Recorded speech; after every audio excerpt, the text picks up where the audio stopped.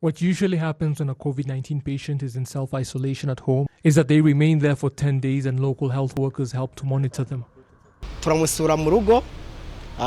We visit them at home and remind them on how they are supposed to behave during those 10 days and how they are supposed to care for themselves so that when the time is up, their test at the health center can come back negative. However, there are some who were trying to get the test before the 10 days are over. Well, the latest directives from the Ministry of Health no longer require that a patient remain in isolation for 10 days. Many people have now been vaccinated, and those more than 5 million now have very strong resistance to the virus compared to the way things were before, meaning that their bodies are now able to fight off the virus more effectively and much faster. That is why the decision has now been made that a person can take another test after 7 days, and if negative, they may return to their regular activities.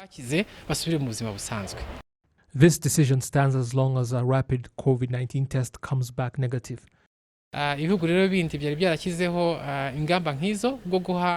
Other countries were issuing certificates of recovery to people who completed their term of isolation successfully and were no longer showing symptoms of the virus, as required by the Ministry of Health. And you saw that the rapid test must be negative, though the PRC test may still be positive.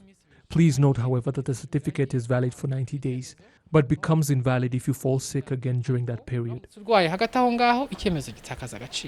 As of Monday, 98% of the 14,098 COVID-19 patients in Rwanda were receiving treatment at home under isolation and have directives of how they are to conduct themselves during the week they spend in isolation.